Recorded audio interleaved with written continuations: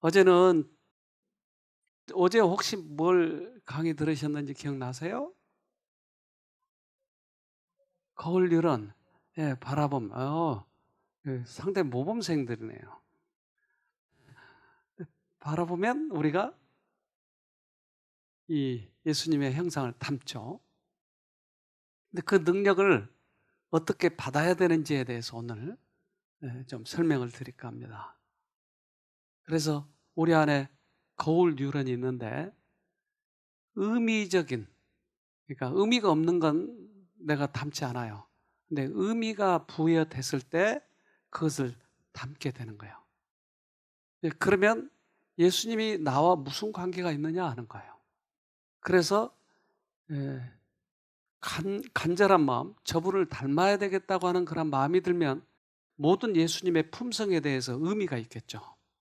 그러면 그분을 내가 닮게 되는 거죠. 그러면 우리는 주님을 닮아가기 때문에 이 세상의 사람들도 나를 보고 달라진다고 하겠고 하늘에도 문이 열린다 이 말이죠. 인간의 품성이 꼴지어져야 할 모형은 하나밖에 없는데 그것은 곧 그리스도의 품성이다. 구주를 바라보는 사람들은 영광에서 영광으로 변화될 것이다. 네. 그래서 다른 누구도 나에게 모본이 되지 않아요. 예수님만이 되는 것입니다. 그래서 그 예수님을 절대적으로 쳐다볼 때 다른 사람과 우리가 생활은 하지만 예수님만을 쳐다볼 때 우리의 생애가 변화되기 시작하는 거예요. 이 세상에는 어느 누구도 우리들에게 모본될 사람이 없어요. 그러면 교회 목사님도 마찬가지일까요?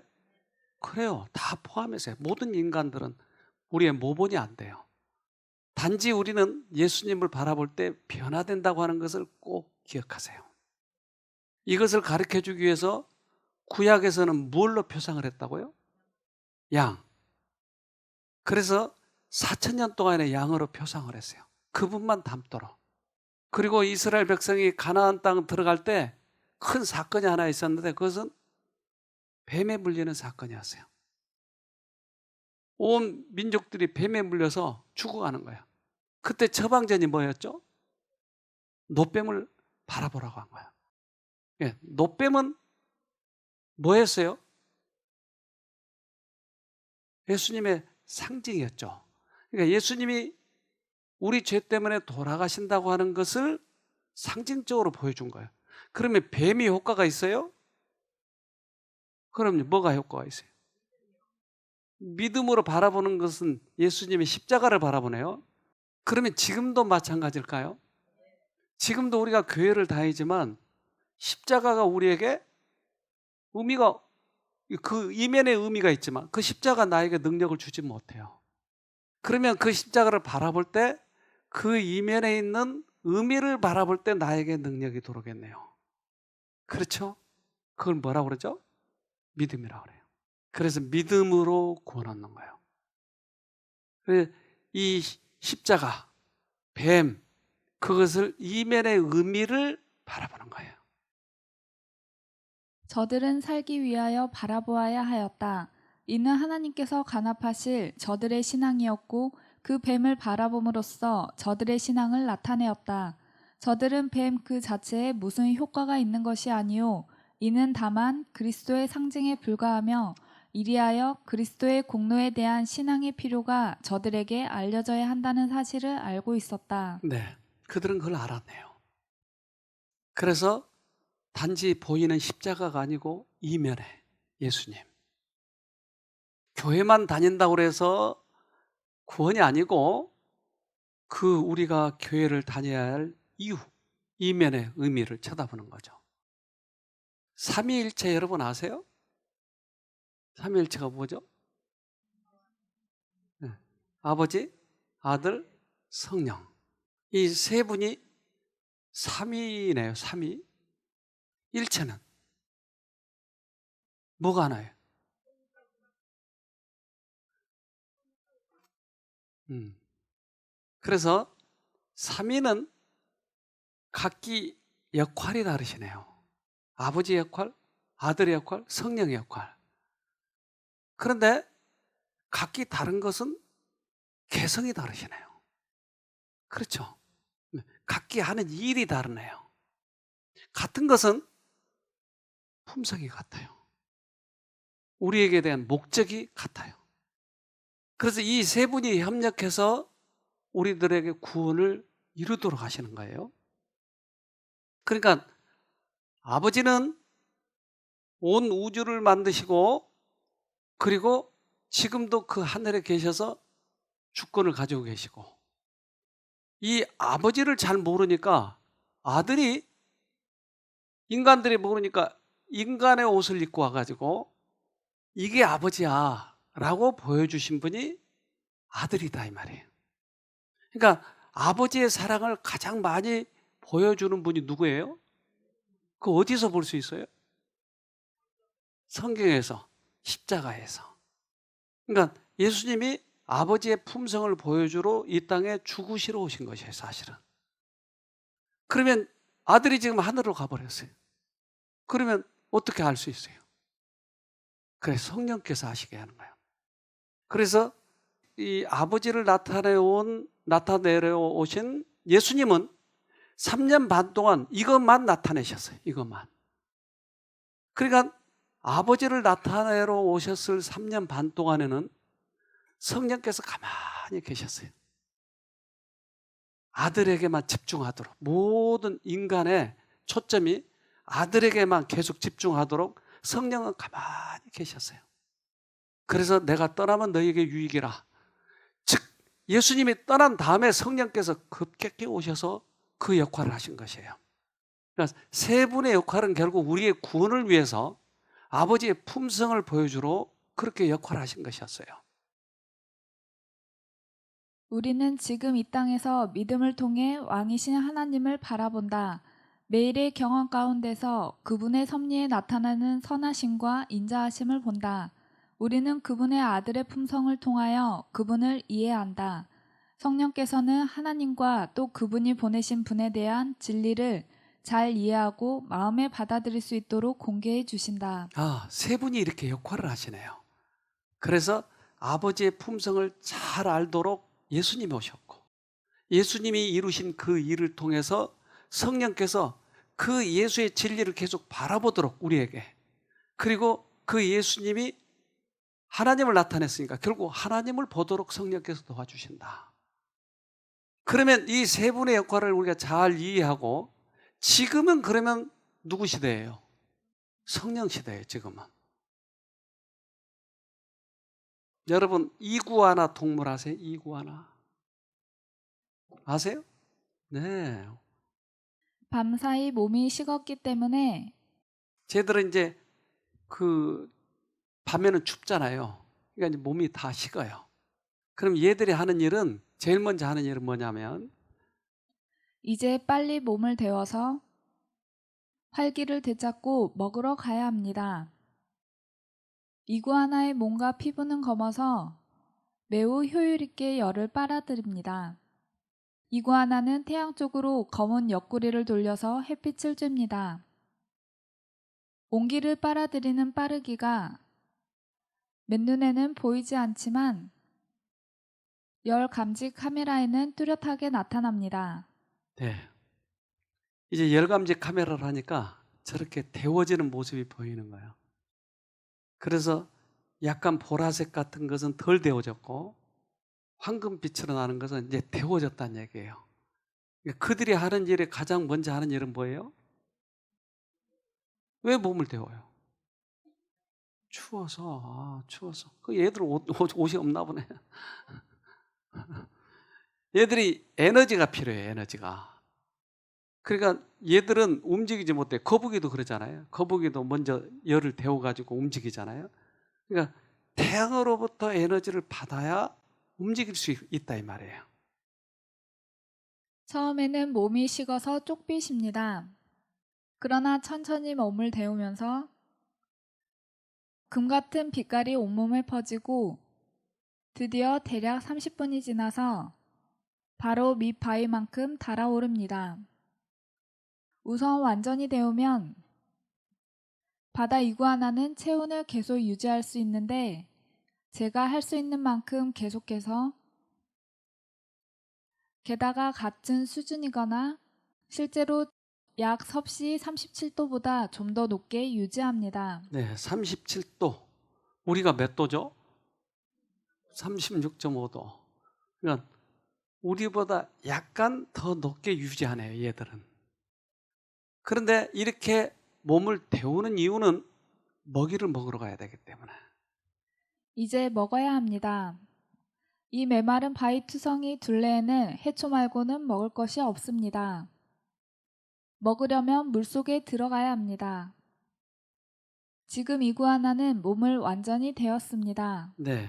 이제 완전히 데웠는데 열감지 카메라로 볼 때만 이게 보이더라 이 말이에요. 그래서 다시 열감지 카메라로 보니까 저 노릇노릇한 거 보이죠? 예, 저 중간에. 네, 저게 이구아나예요. 근데 다른 모든 데는 다 어때요? 차갑잖아요, 지금. 열감지 카메라로 봤으니까. 그래서 이 차가운 바다로 들어가는 거예요.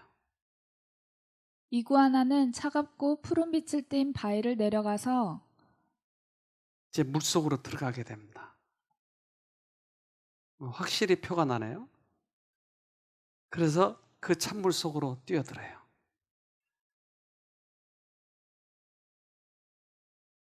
비록 섬은 거의 정확하게 적도 위에 자리 잡고 있더라도 이곳의 바다는 변함없이 차가운데 넓은 바다 깊은 곳에서 쓸려오는 찬 해류 때문입니다. 그래서 이구아나는 아주 오랫동안 물속에서 머물 수가 없을 것입니다. 머뭇거릴 시간이 없습니다. 바닷가 가까운 얕은 물의 해초는 다 뜯어먹었습니다. 알찬 먹이를 구하려면 적어도 잠수할 깊이가 5m나 됩니다. 얘들은 몸이 식기 전에 빨리 먹고 나와야지 잘못하면 식어버리면 잘못하면 죽잖아요. 체온을 유지 못하니까. 에너지가 없으니까 움직이지 못하냐. 근데 얘들이 먹이를 먹으러 가거나 싸우러 가려고 하면 가장 먼저 해야 될 게 뭐라고요? 열을 받아야 되나요? 여러분들이 생활을 하려면 가장 먼저 해야 되는 건 뭐예요?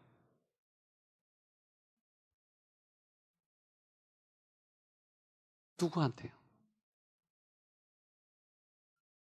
근데 그동안 어떻게 했어요? 열 받았어요? 받고 쓰러지고, 예. 그래도 받아서 다행입니다. 얘들은 본성적으로 햇볕을 받아야만이 움직인다고 하는 걸 알고 있어요. 우리는 나 혼자 움직일 수 있다고 생각하는 거야. 그러니까 죽은 동물들이 움직이고 있는 거예요, 지금. 살아있잖아요. 그래서 그런 사람들을 성경에서는 죽은 자라고 얘기해요. 꽃하고 똑같아요. 지금 살아있는 것처럼 보이지만 죽어 있는 거예요. 그래서 받으려면, 예수님의 능력을 받으려면 언제나 내가 그것을 받아서 움직여야 된다고 하는 것을 내 본성적으로 느끼고 있어야 돼요. 예수님을 바라봐야 돼요. 바라봐지 않고 자기 능력을 나타내가지고 폼재려고. 그래서 그 이기주의는 사단에게서 온 거예요. 나를 자랑시키려고 하는 것은 사단에게서 온 거예요. 하나님이 우리 안에 오셔서 하나님을 나타낼 때 우리는 살아있는 사람이에요.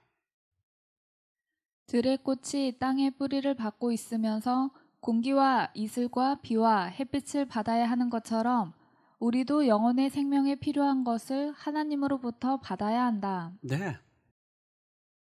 풀도 꽃도 하나님의 능력 때문에 그들이 꽃을 피우고 자라는 것처럼 우리도 하나님의 능력을 받아서 자라야 돼요.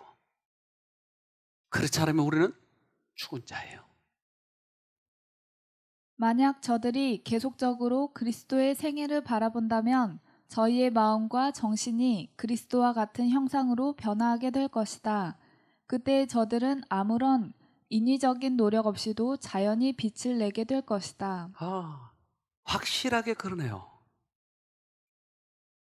그 햇빛을 받으면 마음대로 움직일 수 있는 것처럼 내가 에너지를 만들어서 하려고 하지 말고 저절로 그분이 나를 움직이게 만들어준다. 너무나 많은 사람들이 율법주의적이기 때문에 내 깡으로 율법을 지키려고 해요. 선을 행하려고 해요. 이것은 안 된다. 인위적인 노력이 없이도 움직이게 된다. 그러면 우리가 할 최선의 것은 뭐예요? 바라보는 것이에요. 어떻게 바라보느냐? 아까 서두에 놋뱀을 쳐다본 것처럼 이 얘기를 드렸어요. 그것은 이면에 있는 의미적이 있는 것을 받아들여야 된다. 하나님의 영광만을 바라본다는 것은 그대들의 마음에 역사한 결과를 나타내 보이며 그대들의 의지를 하나님의 의지에 굴복케 하고 모든 생각을 사로잡아 하나님의 영광만을 생각하는 목적의 단일성을 의미한다. 바라본다는 말은 이렇게 구체적으로 설명하네요. 그것은 마음의 역사한 결과를 성질 날 때 하나님 바라봤더니 성질이 죽었다. 이 결과를 보이는 거예요. 그리고 우리들의 생각과 하나님의 생각이 대두될 때는 조건 없이 굴복하는 것이에요. 또한 이것만을 가지고 오직 그 길로만 가는 단일성을 우리가 증명해야 된다고 하는 거예요. 그래서 지금도 예수님을 만나가는 과정 속에서도 계속 우리가 이것과 싸우거든요. 그런데 너무나 자주 왔다 갔다 하기 때문에 우리가 능력이 없어진 것이에요. 오직 지속적으로 바라봤을 때 우리들이 굉장히 성장하는, 그래서 다니엘 같은 사람이 나오는 거죠. 그는 끊임없이 예수님을 쳐다봤기 때문에. 종이 그 주인을 쳐다보듯 여종이 그 주모를 바라보듯이 그리스도의 명령을 받으려고 계속해서 예수를 바라보고 있다. 하나님의 십자가가 그들을 어디로 인도하든지 그들은 갈 준비를 하고 서 있다. 그래서 구원받은 사람들을 보면 하나님 예수님이 어디로 인도하시든지 따라가는 자라고 얘기하잖아요. 우리들은 거기에서만 능력을 받으니까 이구아나처럼 꼭 햇볕을 받아야 에너지를 쓰는 것처럼 우리는 예수님한테만 받아가지고 쓰려고 할 때 우리들에게 능력이 생기는 것이에요. 그 능력을 받아보지 못한 사람은 이게 딴 나라 얘기 같이 느끼는 거예요. 어제도 그 간증한 사람이 있었잖아요. 그 남편이 3차 신경통 남편이 어떻게 말씀만 듣고 이게 나아요? 어떻게 이해를 못하는 거예요. 그러나 경험해 본 사람은 맞아, 하나님의 능력이야. 우리는 절대적으로 예수님만을 붙들어야 결국 거기에서 능력을 받게 됩니다. 베드로전서 4장 1절로 2절. 그리스도께서 이미 육체의 고난을 받으셨으니 너희도 같은 마음으로 갑옷을 삼으라. 이는 육체의 고난을 받은 자가 죄를 그쳤음이니 그 후로는 다시 사람의 정욕을 쫓지 않고 오직 하나님의 뜻을 쫓아 육체의 남은 때를 살게 하려 함이라. 예수님이 죽으신 이유는 우리들의 죄값으로 고난을 받고 죽으셨어요. 그러면 그 예수님을 내가 받아들이면, 이것을 갑옷을 삼으면 이 말이에요. 그러니까 그 예수님의 죽으심을 내가 받아들이면, 예수님이 뭐 때문에 죽으셨다고요? 뭐라고 표현하세요? 육체의 고난을 받은 자가 죄를 그치러, 죄를 그쳐요. 그러면 예수를 내가 받아들이면 이 안에서 뭐가 그쳐져요? 죄가 그쳐져요. 내가 죄를 끊으려고 하는 게 아니고 죄가 싫어져 버려요.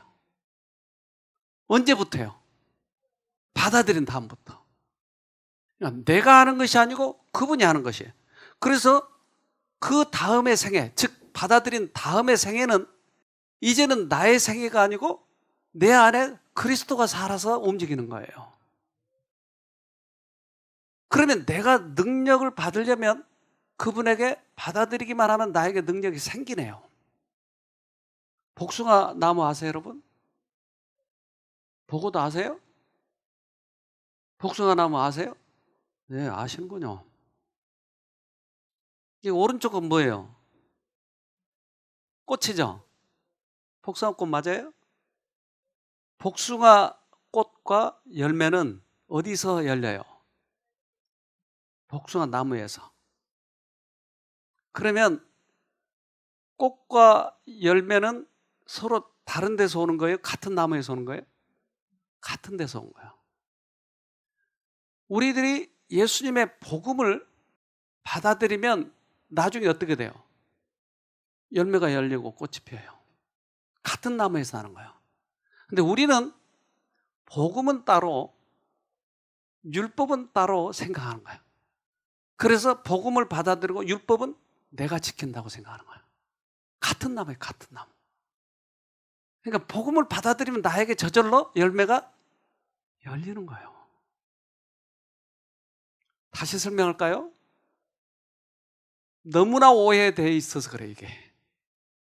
예수님이 우리 죄 때문에 돌아가신 것을 내가 받아들이면, 지식적으로 이해하는 거 말고 받아들이면 저절로 열매가 열려요. 율법이 지켜져요. 그런데 이것을 분리시켜 놔가지고 복음은 따로 이해하고 내가 율법을 지키려고 그렇게 애를 쓰는 거예요. 이미 속아 있는 것이게. 같은 나무에서 자란 거예요. 같은 나무에서. 율법은 구체화된 복음이며 복음은 율법을 펼쳐놓은 것이다. 다시 말하면 율법은 뿌리가 되고 복음은 향기 나는 꽃과 그 꽃이 맺는 열매이다. 같은 나무에서 자란 거예요. 그래서 율법을 내가 지키려고 하지 말고 능력이 들어오면 저절로 율법이 지켜지는 거예요. 어쩌면 여기 와서 처음 듣는 분도 계실 거예요. 이게. 오래 교회를 다녔어도 이걸 모르면 계속 내 힘으로 율법을 지키는 거야. 선한 일을 내가 하는 거야. 그러면 선한 일을 많이 한 것을 나타내기 위해서는 자기 자랑을 하는 거야. 자기 선을 자랑하는 거야. 나는 깡으로 이렇게 지켰어. 내가 헌금 얼마 냈어. 계속 이걸 자랑하는 거야. 왜? 자기가 했기 때문에. 그런데 예수님을 받아들인 다음부터 저절로 나오는 것이라면 자기 자랑할 게 뭐가 있어요? 내가 한 게 있어야죠. 그러니까 계속 예수만 자랑하는 거예요. 예수가 나에게 줬어. 예수님이 그렇게 해주셨어. 이것만 자랑하는 거예요, 이게. 거기에서 통로에서 오니까. 그렇다면 이스라엘 백성들이 구원받지 못한 이유는 뭐였어요? 율법주의자들의 자기 의의를 자랑한 것이. 선민의식을 자랑하는 거예요. 그들이 이 구원을 받지 못한 이유가 바로 능력을 받은 방법을 몰라서 그랬어요. 제사장들과 율법사들 그리고 서기관들과 바리새인들은 그들의 유정과 의식과 관습 그리고 이론에 집착해 있었고 거룩하신 은혜로 말미암아 그들의 마음이 감화를 받고 정결하고 거룩하게 되도록 허락하지 않았다. 그래요. 그들의 중요시 여긴 것은 유전, 관습, 그들의 자랑, 제사제도, 그것은 예수님만 바라보게 하는 것이었어요. 그런데 그들은 옷을 길게 늘어뜨리고 치렁치렁해하고 거룩하게 걸어가고 그것이 자랑이었어요. 자기들이. 그게 거룩하다고 하는 거예요. 그런데 그 제도 자체가 예수를 바라보게 하는 것인데 예수는 숨겨져 버리고 지금도 그러지 않아요, 여러분? 십자가는 어디로 가버려서. 그러니까 국민들이, 백성들이 예수를 못 보고 제사장들을 보고 있는 거예요. 그래서 양도 병든 양을 비싸게 팔아먹고 예수를 바라보게 하는 그 양 제도가 그렇게 오해됐다 이 말이죠. 성령께서는 통회하는 심령에 역사하실 것이지만 자부심이 강하고 스스로 의롭다는 정신을 가진 영혼을 위하여는 결코 일하실 수가 없다. 그런 사람은 자기 지혜를 가지고 스스로 늘 교정해 보려고 할 것이다. 그는 성령과 자기 영혼 사이에 끼어든다. 성령은 자아가 끼어들지 않을 때에 역사하실 것이다. 그러네요. 그러니까 자기 의롭다는 정신, 자부심, 스스로 자기 자립의 정신, 예수 필요 없이 자기 혼자 하겠다 하는 거야. 그러니까 이러한 정신이 능력을 못 받는다. 저는 요즘에 뉴스를 자주 보면서 이제 코로나 때문에 계속 뉴스를 보게 되는데 보통 때 코로나가 없을 때는 잘 안 봐져요. 그런데 이럴 때는 도대체 어떻게 되나. 근데 미국이 아주 지금 심각해요. 미국. 세계 최고의 강대국이고 의료시설이 가장 좋은 나라잖아요. 선진국인데. 지금 엉망진창이 지금. 그런데 대통령을 하려면 이거 잘 해야 되지 않겠어요? 근데 이제 점점 번져가니까 자기 자랑하는 사람이 있어요, 거기에. 그래서 자기가 다 뭐 했다. 세계 강대국의 지도자가 그러면 이거 뉴스를 보고 있는 모든 사람은 나도 모르는 사이에 나도 자기 자랑해야 되겠구나. 험담이 얼마나 심한지. 세계가 말세가 돼가는 것을 이런 걸 보면 알 수가 있는 것이에요. 그래도 최소한 도덕적으로는 살아 있어야 되는데 이게 무너지는 거예요. 요즘에는 그래서 자기 자랑한 사람들이 많아요. 이게 지금 현 사회니까. 그래서 겸손하고 그런 사람들은 이제 사람들에게 푸대접을 받는 거예요. 우리 아이들은 뭘 보고 배울까요? 그래서 세상이 그러니까 그렇다면 옛날 이스라엘로 돌아가고 있는 거예요. 이것이 말세의 증상이죠. 우리가 자신을 의지하거나 자아에게 영광을 돌리지 말고 믿음의 주요 또 온전케 하시는 이인 우리의 대언자 예수를 바라보고 믿음으로 살고 행하여야 한다는 것을 의미한다. 네. 그래서 이때일수록 우리가 예수님으로부터 능력을 받아야 된다. 세상이 그러니까 우리도 세상처럼 따라가자 그러면 결국은 우리도 다른 영에 의해서 이끌림을 받아요. 험담하고 다른 사람을 흉을 많이 받아야 내가 올라가잖아요. 그러니까 오히려 좀 연약한 사람이, 흠이 많은 사람이 다른 사람이 흉을 많이 보는 거야. 그러면 결국 자기의. 이것 이면에는 이기심이 있는 것이에요. 다른 사람들에게서 악을 찾아내는 바로 그 행동은 찾아내는 그 사람들에게 악을 길러준다. 다른 사람들의 결점을 생각함으로써 우리는 같은 모습으로 바뀌어진다. 그러나 예수님을 바라보고 그분의 사랑과 완전한 품성에 대하여 말함으로써 우리는 그분의 형상으로 변화된다. 네. 이것이 왜 중요하냐 하는 거죠. 그래서 우리들의 대화 속에서 우리는 상대방에게 거울 뉴런의 영향력을 미치는 거예요. 그러면 상대방과 나와 서로 험담하고 있으면 결국 사단의 영을 내가 받아들이고 있는 거예요. 거울 뉴런이. 그러나 아무리 그러한 행동을 할다 할지라도 우리는 예수님만 바라보고 있으면 나에게는 예수님과의 관계 속에서 품성이 변화되고 있는 거야. 해볼만 하잖아요. 해보자고요, 한번. 해보자고요. 예수님이 이 땅에 오셨어요. 그런데 사람들이 병을 많이 낳았어요. 근데 예수가 소경을 눈을 뜨게 한다고 하는 것은 사람들이 생각지도 못했어요. 병은 나을 수 있지만 어떻게 날 때부터 눈이 이 소경인 사람 어떻게 나아? 그런데 그 소경 하나가 예수님께 왔어요. 내 눈을 뜨게 해달라고. 마가복음 10장 46절로 48절 저희가 여리고에 이르렀더니 예수께서 제자들과 허다한 무리와 함께 여리고에 나가실 때에 디메오의 아들인 소경 거지 바디메오가 길가에 앉아 있다가 나사렛 예수시란 말을 듣고 소리질러 가로되 다윗의 자손 예수여 나를 불쌍히 여기소서 하거늘. 소경은 뭘 들었어요? 나사렛 예수. 나사렛은 어떤 동네죠? 깡패가 많고 악한 도시고. 근데 사람들은 나사렛 예수라고 얘기했는데 이 사람은 뭐라고 불렀어요? 메시아가 다윗의 자손에서 나온 거예요. 그러니까 이 사람은 메시아로 본 거예요. 다른 사람은 나사렛 예수 한 인간으로 보는데 이 사람은 메시아가 왔다는 거예요. 그러니까 사람 이면의 의미를 본 거예요. 하나님, 다시 오실 하나님, 예수님, 그분으로 보고 나사렛 예수를 다윗의 자손이요. 그러니까 이스라엘 사람들은 메시아를 언제나 다윗의 자손이라고 얘기했어요. 왜? 다윗의 계통에서 나니까. 나를 눈을 뜨게 해달라고. 마가복음 10장 51절로 52절. 예수께서 일러 가라사대 내게 무엇을 하여 주기를 원하느냐? 소경이 가로되 선생님이여 보기를 원하나이다. 예수께서 이르시되 가라 내 믿음이 너를 구원하였으니라 하시니 저가 곧 보게 되어 예수를 길에서 쫓으니라.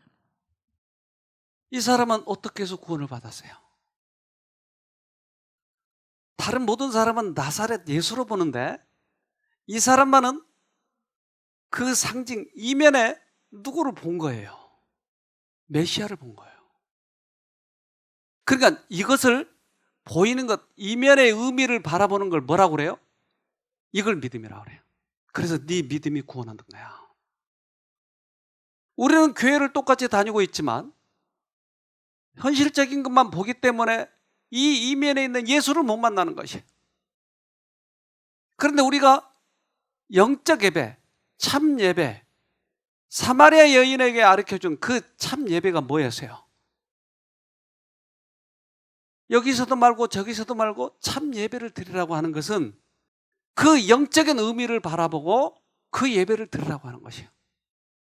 오늘도 우리가 현실 속에서 지금 강의를 듣고 설교를 듣고 있지만 만약에 우리의 상상의 나라를 펴서 예수님을 바라본다면 여러분에게 바로 그 능력이 온다 이 말이죠. 이 소경은 그걸 본 거예요. 그래서 소경이 눈을 뜨게 된 것이었어요. 소경 바디메오 같이 그리스도의 필요를 느끼고 그가 한 것 같이 열렬하고 단호하게 부르짖는 사람들은 모두 다 그들이 갈망하는 축복을 받는다. 네. 먼저 우리들에게 있어야 할 것은 갈망함이에요. 그런데 그가 눈이 떴나요? 눈이 떴네요. 그럼 막대기 같은 게 왔다 갔다 하겠네요. 사람들 보고. 그런데 그에게 있어서 더 중요한 것은 영적인 눈이 떠였다는 거예요. 육체의 시력이 회복되었을 뿐 아니라 그의 이해의 눈도 열렸다. 그는 그리스도에게서 구속주를 보았고 의의 태양빛은 그의 영혼 속으로 빛을 비추어 주었다. 그렇네요. 그는 육체의 눈만 뜬 게 아니고 영적인 눈을 뜬 거예요. 우리는 암만 고쳐진 것이 아니고 메시아를 만난 거예요. 문둥이 10명을 고쳐주시고 한 명만 와서 인사했을 때 예수님이 9은 어디 있냐고 물어봤어요. 즉 문둥이만 고치고 가세요. 문둥이를 고치는 하나님을 만나야 될 텐데 우리는 암만 고치러 온 거예요. 근데 암을 고쳐주시면서 하나님께서 더 큰 눈을 뜨길 원하는데 그것은 메시아를 만나라고 하는 것이 개인적으로. 이걸 하지 못하면 결국 이 땅에서 잠시 꽃처럼 살았다가 죽는 거예요. 한 사람이 실험을 했는데 이 사람은 앤드류 누버그라는 제퍼슨 의대 교수예요. 근데 이 사람이 이 뇌에 대해서 이 심리학에 대해서 굉장히 관심이 깊어가지고 사람들의 뇌에서는 과연 어떤 움직임이 있을까? 그러니까 신이 있다면 신과 인간이 만날 때는 뇌에서 어떤 현상이 일어날까? 과학자들은 보이지 않는 예수님을 믿는 것이 어렵고 또 그것을 인정하려고 하지 않아요. 항상 그것을 실제로 반응이 일어난 것을 실험해서 증명되기를 원해요. 그러니까 이 사람은 그 뇌 속에서 신을 만났을 때 어떤 증상이 일어나는가를 그래서 연구한 거예요. 그래서 이렇게 뇌 사진을 찍는데 이제 기도든 명상이든 기도하고 명상할 때 신을 만나지 않겠어요? 그러니까 신을 만나는 과정에서의 뇌의 변화예요, 이게. 그래서 왼쪽은 이제 위쪽은 명상하지 않을 때고 아래쪽은 명상 기도할 때 뇌예요. 뭐가 좀 다른가요? 뭔가 활성화가 되네요. 그래서 오랜 시간 동안 이 기도와 명상을 한 뇌가 다르다라고 하는 것이었어요. 확실히 다르네요, 보니까. 그렇죠? 예. 그러니까 우리는 예수님과 교제 없이 살아가면 왼쪽 뇌처럼. 근데 자주 예수님을 만나고 자주 예수님으로부터 에너지를 받은 사람은 오른쪽 뇌처럼. 그래서 오랫동안 이렇게 하고 나면 뇌가 달라져 있는 거예요. 예. 그래서 이런 과정을 보면서 특별히 우리 전두엽에서 역할을 많이 하고 있었는 것을 찍었어요. 그래서 전두엽에서 그 전기 같은 강한 것이 들어와서 우리의 측두엽과 후두엽과 여기까지 계속 역사하고 있는 거예요. 이 사람은 계속 그런 이 영상으로 찍어서 이걸 보여준 거예요. 우리. 전두엽 쪽에서 측두엽, 그 다음에 두정엽, 후두엽 여기까지 계속 이 역사가 일어나는 거예요. 자, 그렇다면 하나님이 왔을 때만 역사가 일어나는 그런 부분을 뭐라고 부르면 좋을까요? 네? 하나님이 왔을 때만 활성화되는 부분들을. 신의 영역? 맞아요. 신의 영역. 가스팟이라고. 가스팟. 이 사람이 이렇게 명명을 했어요. 가스팟. 그러니까 어떤 사람은 뇌의 한 부분이라고 생각하는데 이 사람의 연구하기는 즉 신의 자리는 머리 전체에서 일어나더라. 그러니까 이 뇌에서 깊은 그 희열과 능력과 이런 것을 실제적으로 경험한 것을 사진으로 찍은 거예요, 지금. 뇌의 수많은 부분이 모두 영적 체험에 관여했습니다. 그래서 저는 가스파 신의 자리는 우리 뇌 전체라고 생각합니다. 그래서 치매 환자와 기억상실증 환자를 이걸 생각하도록 계속 하루에 8주 동안 하루에 12분씩을 시켰어요. 그랬더니 급격히 좋아지는 것을 느끼게 된 거예요. 특별히 여러분 치매에 있는 분들 이거 하세요. 어떻게 하면 돼요? 계속 예수님을 생각하고 기도하고 찬미하고 찬송하면 확실히 정신병이 좋아집니다.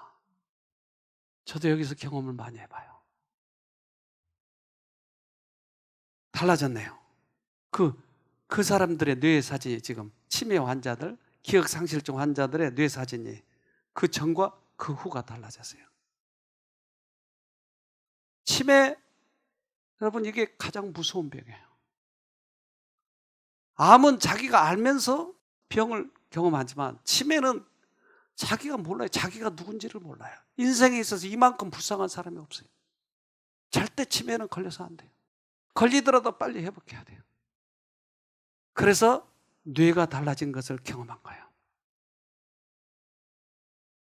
영적으로 사는 것, 종교적인 수행을 하는 것이 실제로 시간이 지나면 뇌를 변화시킵니다. 뇌를 변화시키네요. 이 사람이 결론이었어요. 따라서 이러한 수행을 수년 동안 해온 사람들은 뇌를 고도로 통제할 수 있을 뿐 아니라 고도로 통제할 수 있대요. 우리가 우리의 마음을 통제할 수 있다고 하는 것이에요. 먹고 싶어도 참을 수 있다는 거예요. 성질이 나도 성질을 자제할 수 있다고 하는 것이에요. 통제할 수 있다고 하는 것이에요. 신체를 작동시키는 과정까지 통제할 수 있을 겁니다. 신체 작동하는 것도 통제한다는 거예요. 하나님의 사랑의 햇빛이 어두운 영혼의 밀실을 비출 때 불안한 염려와 불만은 사라지고 흡족한 기쁨이 정신에 활력을 주고 육체의 건강과 힘을 줄 것이다. 네. 이것이 허구가 아니고 실제적으로 실험 속에서도 나타났으니까 이제 우리가 해볼 만하잖아요. 그래서 계속 예수님과 교제를 하고 찬송을 하고 기도를 하고 하면 우리의 뇌가 달라져서 이제는 우리는 실제적으로 뇌를, 마음을 통제할 수 있고 행동을 통제할 수 있는 사람이 되는 것이에요. 멋지잖아요, 여러분. 자기가 자기를 통제할 수 있다니. 자기가 자신을 통제할 수 없기 때문에 악습이 생기고 수없이 많은 질병이 생기고 그러잖아요. 그런데 내가 하늘의 문을 열면, 하늘과 교통이 되면 사단과 교통이 잘라진다고 하는 것이에요. 어느 쪽 문을 여느냐는 거예요. 그러면 사탄과 교제를 하면 하늘 문은 닫혀져요. 그러니 미워하지 마세요. 원수를 그래서 사랑해야 돼요. 하늘을 향하여 창문들을 열고 그리스도의 의의 햇빛이 들어오게 하라.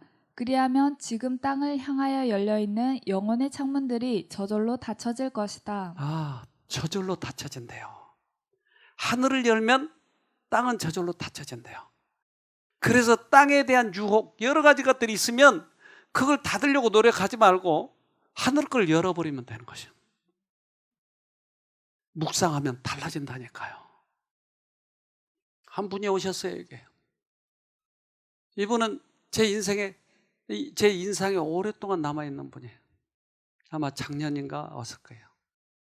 근데 이분이 암 때문에 오셨어요. 그래서 암을 수술하고 오셨는데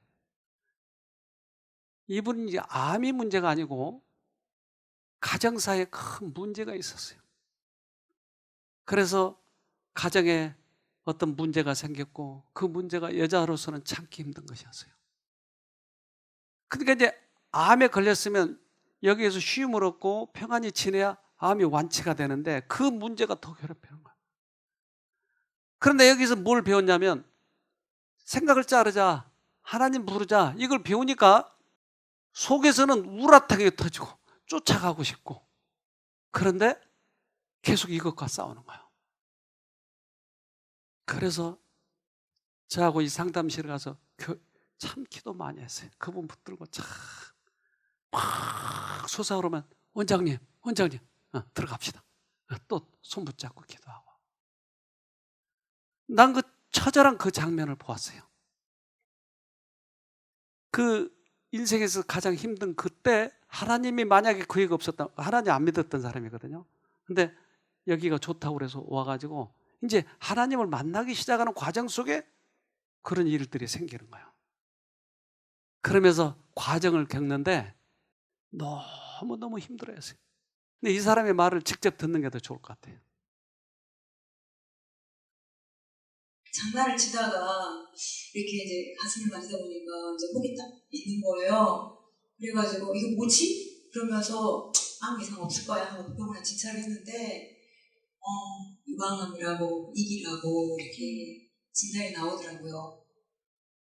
그래서 이제 제가 이제 뒤를 돌아봤는데 정말 부끄럽더라고요. 내가 무슨 죄를 지었길래 이렇게 유방암이 걸렸냐 이런 생각이 들어가지고 왜 이렇게 나는 정말 정직하게 살았는데 열심히 살고 남한테 피해 준 적도 한 번도 없었고 이렇게 사는데 내가 무슨 죄를 지었지? 그러면서 이렇게 생각을 많이 하게 되었답니다. 그래서 이제 남편이 새벽만 이렇게 늦게 들어오고 하니까 암에 걸렸다면 남편은 밖에서 놀고 늦게 들어오고 부리는 남편한테 제가 너 때문에 이렇게 암에 걸렸다고 이렇게 하면서 싸움을 하고 부부싸움을 하고 이제 그러다 보니까 이제 이렇게 됐습니다. 그래가지고 이제 어쩌다 보니 좀 이제 유방암 수술을 하게 되고 서울대병원을 가게 됐어요. 그래가지고 이제 어떤 지인이 수술을 하고 나서 새로남이라는 데를 소개를 시켜주더라고요. 신대를 가봐라. 그래서 그래? 그러면서 이제 새로남을 오게 됐는데 암 때문에 나의 삶을 되돌아보게 되었다. 얼마나 나의 삶이 욕심과 자아와 남들에게 보여주기 위한 삶이었다. 고고한 척하면서 속은 썩어 있었다. 생각도 항상 부정적인 생각과 내 뜻대로 되지 않으며 화내고 그 화를 밖으로 표출하고 이루 말할 수 없이 그 내 자신을 괴롭혔다. 어떻게 여기까지 왔는지 모든 게 하나님의 섭리 때문이란 생각이 든다. 암 때문에 난 하나님을 만났다. 믿음을 찾기 위하여 얼마나 쓰러지고 또 다시 일어나고 또 쓰러지고 얼마나 반복했던가. 4개월 전 새로남 쉼터에 와서 하나님을 만나는 방법을 알았다. 원장님께 나의 속마음을 내가 찾고 싶은 것을 찾도록 해주셨다.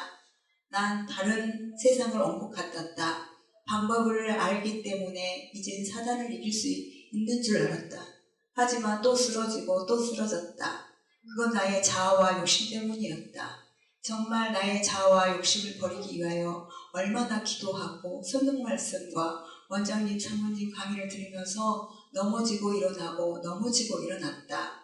이제 기도한 것도 조금 알고 어떻게 기도한지도 알게 되었고 2017년 12월 나에게 정말 뜻깊은 달이었다. 하나님께서 나를 살리시기 위하여 얼마나 애가 타셨는지 이제 알 것 같다. 여기에서 퇴소하고 떠났지만 여기서 살면서 제가 느낀 게 있는데 첫째가 하나님께 순종하리라 하고 또 한 가지는 제 생각이 항상 맞다고 저는 주장을 하고 살았거든요. 집에서도.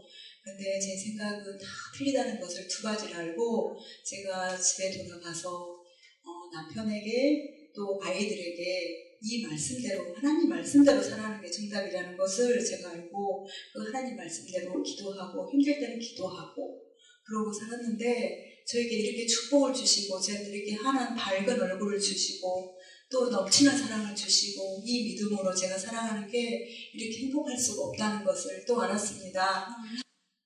하나님 말씀만 하면 이렇게 가슴이 이렇게 나를 사랑하시는구나 그걸 느끼고 있습니다. 너무나 사랑이 많으신 우리 하나님 아버지 감사합니다. 안 믿던 사람이었어요. 그런데 그 처절한 싸움을 하면서 하나님의 도우심으로 승리를 했어요. 그리고 그가 가정으로 돌아가서 이 하나님을 증거했어요. 그래서 주위에 있는 사람들이 믿기 시작하는 거예요. 지금도 종종 연락이 오고 지난번에 수련회 때도 왔어요. 네, 얼마나 처절한 싸움을 싸워서 이겼는지 몰라요. 이 싸움에서 지면 결국은 병은 좀 나아졌을지 몰라도 다시 그 환경에 오면 또 병이 와요. 이 싸움에서 꼭 이깁시다. 이기는 방법은 처절하게 예수님을 쳐다보는 거예요. 나를 끊임없이 유혹하고 나를 감정을 붙돋을 때 예수님을 쳐다봐서 이겨야 돼요. 꼭 이 경험을 하고 나가시길 바랍니다. 승리하시길 바랍니다. 네. 기도합시다. 하늘에 계신 아버지, 우리들에게 은혜를 베풀어 주셔서 어떻게 쳐다봐야 되는지, 능력을 어떻게 받아야 되는지에 대해서 알게 해주셔서 감사합니다. 우리 아무것도 아닌 인간이지만 주님이 우리의 마음에 오셔서 신의 경험을 하게 한다고 하는 게 얼마나 큰 축복인지요. 이제 그 경험을 우리 모두 다 할 수 있도록 해주시고 혹시 경험을 했다면 놓치지 않도록 도와주시옵소서. 그래서 이곳 쉼터를 떠날 때는 온전히 다른 사람이 되어서 주님의 사람이 되어서 떠날 수 있도록 우리 모두에게 축복하여 주시옵소서. 예수님 이름으로 기도합니다. 아멘.